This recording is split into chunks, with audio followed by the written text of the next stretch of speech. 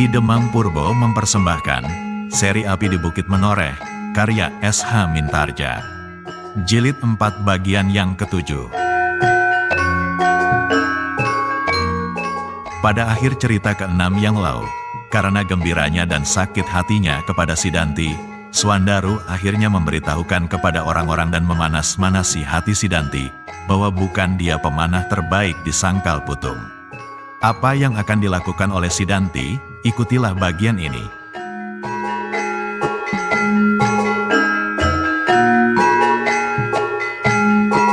Sidanti mendengar nama itu, seperti suara guruh yang meledak di atas kepalanya. Sesaat wajahnya menjadi tegang, namun sesaat kemudian tubuhnya menjadi gemetar. Tiba-tiba semua orang pun menjadi tegang pula ketika mereka melihat Sidanti itu, tanpa sepatah kata pun, melangkah dengan tergesa-gesa menyibak semua orang yang berdiri di sekitarnya. Dengan dada yang bergelora ia berjalan kembali ke palangan sambil menjinjing busurnya. Namun demikian masih juga ia bergumam, "Bagus. Kita buktikan, siapakah di antara kita yang akan menjadi pemanah terbaik di Sangkal Putung." Beberapa orang yang kemudian tersadar akan keadaan itu, segera berjalan pula kembali ke lapangan. Mereka ingin menyaksikan apakah gerangan yang akan terjadi. Widura memandang dengan hati yang berdebar-debar pula. Sesaat ia menjadi ragu-ragu, namun sesaat kemudian disadarinya, bahwa ia harus hadir pula di lapangan. Seandainya terjadi sesuatu dengan Sidanti dan Agung Sedayu, maka ia pun harus dengan cepat dapat mengatasinya. Meskipun demikian, Widura itu tak dapat melupakan kehadiran Tohpati di Sangkal Putung. Karena itu sebelum ia pergi menyusul Sidanti, dipesannya dua orang berkuda itu untuk segera kembali ke gardunya. Katanya, "Kembalilah ke gardumu. Beritahukan kemudian gardu-gardu yang lain. Dan selalu siapkanlah tanda bahaya. Jangan terlambat." Kedua orang itu mengangguk. Jawabnya, "Baik, akan segera kami lakukan." Demikian kedua orang berkuda itu pergi. Maka berkatalah Widura kepada Ki Demang yang masih saja berdiri kebingungan, "Marilah kita saksikan, apakah yang terjadi." "Baik, baik," jawab Ki Demang. Dan kepada Swandaru ia berkata, "Swandaru, kau selalu saja bikin perkara. Bukankah dengan demikian kau telah memanaskan hati Sidanti? Apalagi kalau ternyata kata-katamu benar. Lalu bagaimanakah dengan hasil perlombaan itu? Kalau mereka ingin bertanding, apa salahnya ayah?" jawab Swandaru. "Bukankah dengan demikian kita akan mendapat penilaian yang jujur atas semua orang di Sangkal Putung? Kalau ada yang ketinggalan dalam perlombaan, itu adalah karena keinginannya sendiri," jawab Ki Demang. Namun ia tidak dapat berkata apapun seterusnya, ketika diingatnya bahwa Agung Sedayu adalah kemenakan Widura. Tetapi Widuralah yang meneruskan, apa yang terjadi kemudian tidak akan mempengaruhi hasil perlombaan. Adalah salah Agung Sedayu sendiri kenapa ia tidak ikut serta dalam perlombaan itu. Betapapun pandainya ia membidikkan anak panah, namun apabila itu dilakukan setelah perlombaan, maka tak ada sebuah nilai pun yang dapat diberikan padanya. Swandaru kini jadi terdiam. Ia sama sekali tak berani menjawab kata-kata Widura. Namun orang lainlah yang kemudian berkata, "Biarlah Kakang. Biarlah anak muda yang sombong itu dapat menilai dirinya. Seandainya seseorang dapat melampauinya, meskipun kelebihan itu tak dapat mempengaruhi hasil perlombaan, namun kita semua akan mengetahuinya, bahwa ada orang lain yang sebenarnya lebih berhak atas kemenangan itu daripada Sidanti." Widura berpaling ke arah suara itu. Dilihatnya di belakangnya Hudaya mengangguk-anggukkan kepalanya, sambil berkata, "Kau benar, Kakang Citragati." Widura menarik nafas dalam-dalam. Meskipun demikian ia menjawab, "Aku harus ada di antara mereka. Pertandingan yang kemudian ini pun tak boleh lebih dari pertandingan memanah." Hudaya tersenyum masam. Sahutnya, "Apa salahnya? Bukankah semuanya ini terjadi di luar arena yang seharusnya? Kalau kali ini Kakang masih mencegahnya, maka itu hanya akan berarti menunda-nunda penyelesaian." Di dalam hatinya Widura pun membenarkan kata-katanya Hudaya itu. Namun segera terlintas di dalam kepalanya, bayangan-bayangan yang mencemaskannya. Tohpati, kalau orang-orangnya sibuk dengan bentrokan-bentrokan antara sesama, apakah jadinya kalau Tohpati itu tiba-tiba saja menerkam Sangkal Putung? Kalau terjadi sesuatu, maka hal itu pasti akan didengar oleh macan kepatihan itu. Sebab siapa tahu bahwa seorang dua orang dari laskar Jipang masih ada di antara mereka dan menyaksikan perselisihan itu. Hal inilah yang tak terpikirkan oleh Hudaya, Citragati dan orang-orang lain. Mereka hanya menuruti perasaan mereka saja. Kebenciannya kepada kesombongan Sidanti agaknya telah benar-benar memuncak. Dan mereka mengharap Agung Sedayu akan memberi beberapa peringatan kepada Sidanti. Namun ada hal lain lagi yang tak mereka ketahui. Agung Sedayu tidak lebih dari seorang penakut. Karena itu, kali ini pun Widura menjadi pening karenanya. Meskipun demikian, maka Widura berkata tegas, tak akan ada perkelahian di antara kita. Hudaya dan Citragati tidak berkata-kata lagi. Namun wajahnya membayangkan kekecewaan hatinya. Sesaat mereka saling berpandangan. Hudaya itu kemudian tersenyum hambar ketika ia melihat Citragati mengangkat bahunya. Ketika mereka melihat Widura melangkah kembali ke lapangan, mereka itu pun mengikutinya pula. Sedang Ki Demang Sangkal Putung dengan wajah yang masam berkata kepada anaknya, "Swandaru, segera kau akan melihat akibat pokalmu itu." Swandaru menundukkan wajahnya. Kini baru disadarinya, mengapa Agung Sedayu mencegahnya untuk tidak menyampaikan cerita tentang dirinya itu kepada siapapun juga. Barulah kini ia dapat menilai perbuatannya itu. Namun semuanya sudah terjadi. Dan sebenarnya hatinya pun terbersit harapan seperti yang diucapkan oleh Hudaya dan Citragati itu. Namun ia tidak membantah ayahnya lagi. Bahkan ia pun kemudian turun dari kudanya dan dituntunnya kuda itu berjalan di belakang ayahnya. Sedang Sekar Mirah ternyata berjalan jauh mendahului. Dengan tergesa-gesa ia berjalan di belakang Sidanti di antara beberapa orang lain yang ingin juga menyaksikan pertandingan yang kedua. Yang pasti tidak kalah menggemparkan dari pertandingan yang baru saja selesai.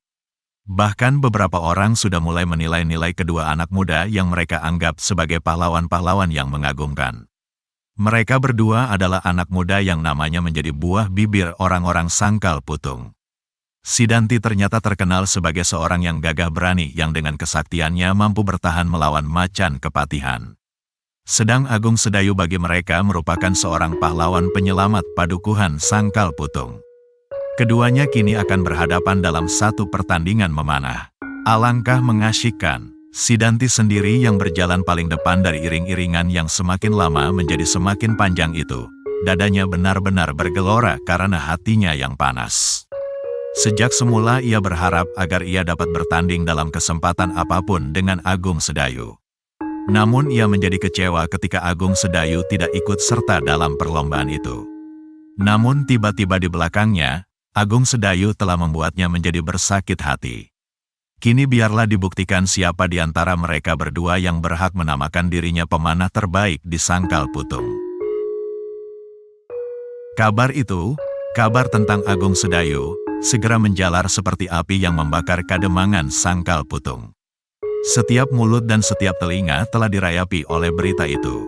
Beberapa orang berlari-lari pulang untuk memanggil kakak-kakak mereka, adik-adik mereka dan keluarga-keluarga mereka yang telah terlanjur sampai di rumah untuk menyaksikan pertandingan yang pasti akan menggembirakan hati mereka melampaui pertandingan yang baru saja selesai. Beberapa saat kemudian Sidanti itu pun menjadi semakin dekat dengan lapangan di muka Banjar Desa, sejalan dengan hatinya yang menjadi semakin bergelora oleh kemarahan. Maka ia pun semakin mempercepat langkahnya, seakan-akan ia ingin meloncat dengan satu loncatan yang akan dapat mencapai sisa jarak yang sudah tidak terlalu jauh itu. Di lapangan, Agung Sedayu berdiri dengan dada yang berdebar-debar. Berbagai perasaan berkecamuk di dalam dadanya. Cemas, kecewa, menyesal bercampur baur.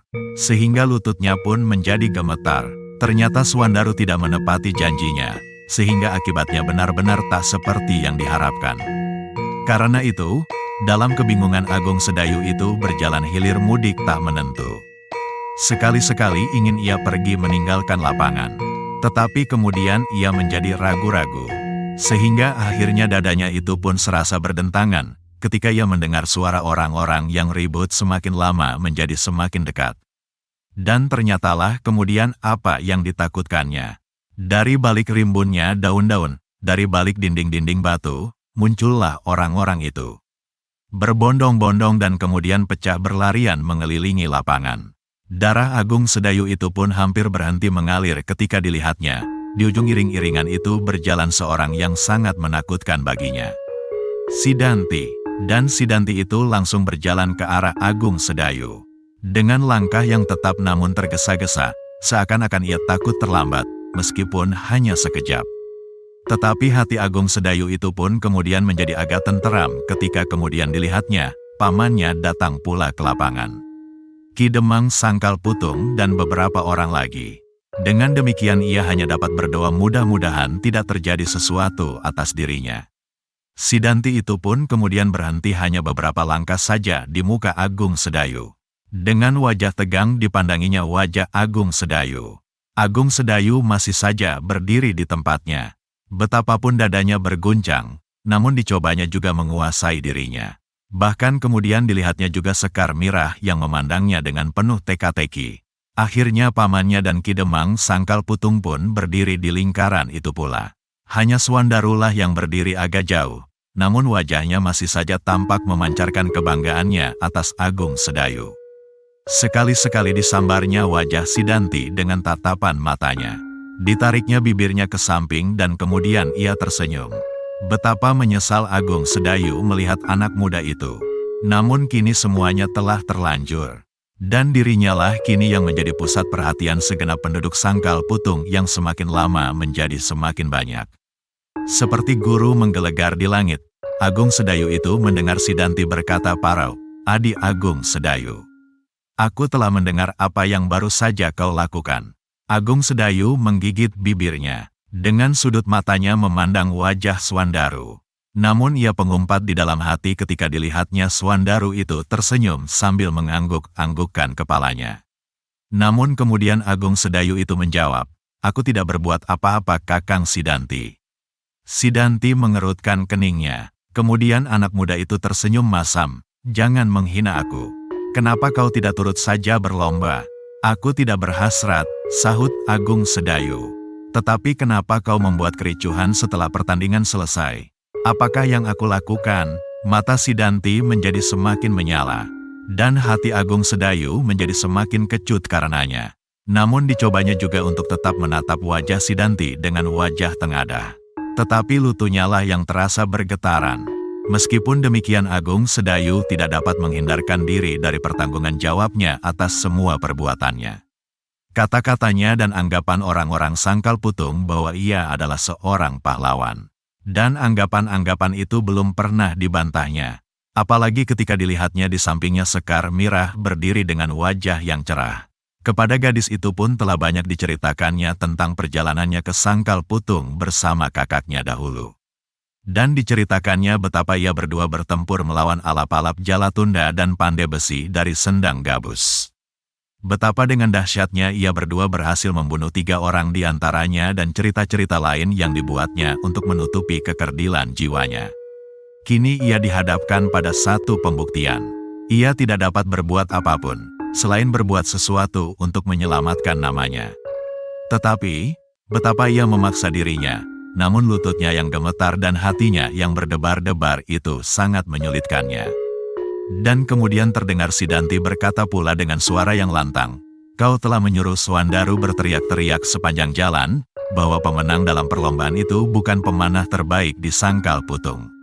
Agung Sedayu mengerutkan keningnya. Sekali lagi dipandanginya wajah Swandaru. Dan Agung Sedayu itu pun menjadi semakin menyesali sikap Swandaru itu. Dengan tertawa Swandaru mengangguk-anggukkan kepalanya. Namun Agung Sedayu itu kemudian menggelengkan kepalanya. Jawabnya, "Aku tidak menyuruhnya. Dan aku tidak berbuat apa-apa." Semua orang yang mendengar jawaban Agung Sedayu itu menjadi heran. Tanpa berjanji, maka semua orang berpaling ke arah anak muda yang gemuk itu. Seolah-olah mereka bertanya kepadanya, apakah yang dikatakannya itu benar-benar bukan sebuah dongengan. Swandaru pun merasakan pertanyaan-pertanyaan yang memancar dari wajah-wajah itu. Sesaat ia menjadi bingung, kenapa Agung Sedayu idak saja mengakuinya, dan kalau perlu membuktikan di hadapan orang-orang itu. Kenapa masih saja ia merendahkan dirinya sedemikian? Namun tiba-tiba Swandaru itu pun mundur beberapa langkah, keluar dari lingkaran orang yang berjejal-jejal. Dengan nanar ia memandang berkeliling lapangan. Akhirnya ia berlari-lari untuk memungut sesuatu yang tergolek di lapangan itu. Inilah, teriaknya, aku akan dapat memberikan bukti kepada kalian. Lihatlah sasaran ini, panah-panahku masih tertancap di sini. Sasaran ini aku lemparkan ke darah, dan anak muda itu telah mengenainya 3 kali di udara. Ya, 3 kali di udara. Semua mata memandangi bekas kepala orang-orangan itu. Mereka melihatnya 3 anak panah masih melekat pada benda itu. Dan mereka mendengar pula kata-kata Swandaru itu. 3 anak panah mengenai satu sasaran yang terbang di udara. Mereka tidak tahu bagaimana cara Agung Sedayu mengenainya. Namun dengan serta-merta mereka bertepuk tangan gemuruh. Tepuk tangan yang gemuruh itu benar-benar telah menyalakan bara di dada Sidanti. Selangkah ia maju, dan terdengarlah ia berkata lantang, "Bohong? Adakah kalian melihat bagaimana caranya ia mengenainya?" Suara yang gemuruh itu pun berangsur diam. Dan akhirnya sama sekali ketika mereka melihat Widura melangkah maju memasuki lingkaran. Dengan tenangnya ia memandang Sidanti dan Agung Sedayu berganti-ganti. Kemudian dipandangnya semua wajah yang berdiri mengitari mereka itu. Betapapun juga, Widura itu pun berusaha untuk mengasai keadaan. Sebagai seorang pemimpin maka ia harus berbuat sesuatu. Karena itu maka katanya, tak ada pengaruh apapun atas perlombaan yang sudah berjalan. Kita sudah menetapkan pemenangnya. Namun permainan-permainan yang lain masih akan dapat dilakukan. Tetapi bukan untuk merubah dan mempengaruhi perlombaan itu. Demikianlah cerita bagian ke-7 ini berakhir. Selanjutnya apa yang akan terjadi? Silahkan ikuti cerita lanjutannya pada jilid 5 mendatang. Jika Anda berkenan, silahkan like, share dan bagi yang belum, jangan lupa subscribe channel Ki Demang Purbo @cerita Mataram. Nuwun.